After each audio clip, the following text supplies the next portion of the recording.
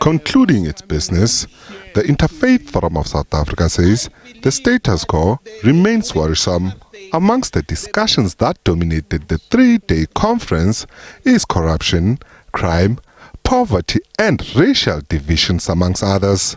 The chairperson of the Interfaith Forum of South Africa, Bishop Malusi Mpumlwana, says the current situation in the country is dire and has culminated in incorrect decision-making by government in the past 30 years. Amongst others, Mpumlwana says South Africa is in need of a capable state, and in order to build and achieve this, government needs to implement the recommendations of various commissions of inquiry, among them the State Capture Report and the Mufamadi Review Panel Report.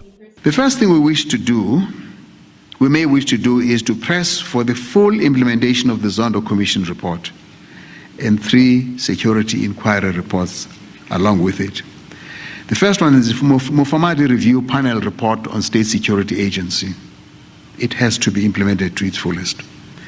The second is the panel of experts report on policing and crowd management established by the Minister of Police in terms of the recommendations of the Marikana Commission of Inquiry.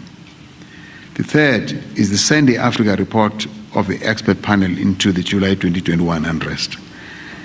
If nothing else, those 4 must be implemented. Taking it further, Mpumlwana raised concerns about the Rainbow Nation. He argued that the divisions in the country continues to prevent South Africans from pursuing a common objective. The TIFSA chairperson says it is not possible to advance societal and structural reforms while different groupings in the South African society advocate for different ideas. I assert this morning that the issues we have discussed here this week of a capable state and economic inclusion are not possible without a commitment to the psychology of South Africa as a national state with one South Africanness and the values we all uphold as the center of our identity, for which we shall advocate and socialize. For now, our diverse small nationalisms demand that we place loyalty and legitimacy in the centers of those nationalisms.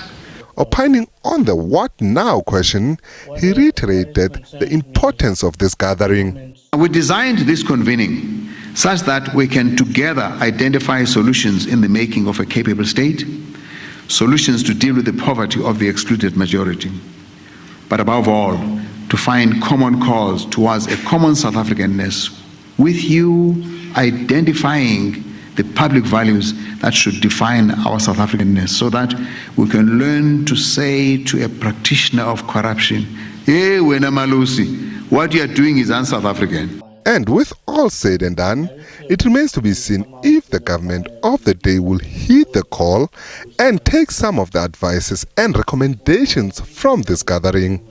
Nhlanhla Khatlhane, SABC News, Johannesburg.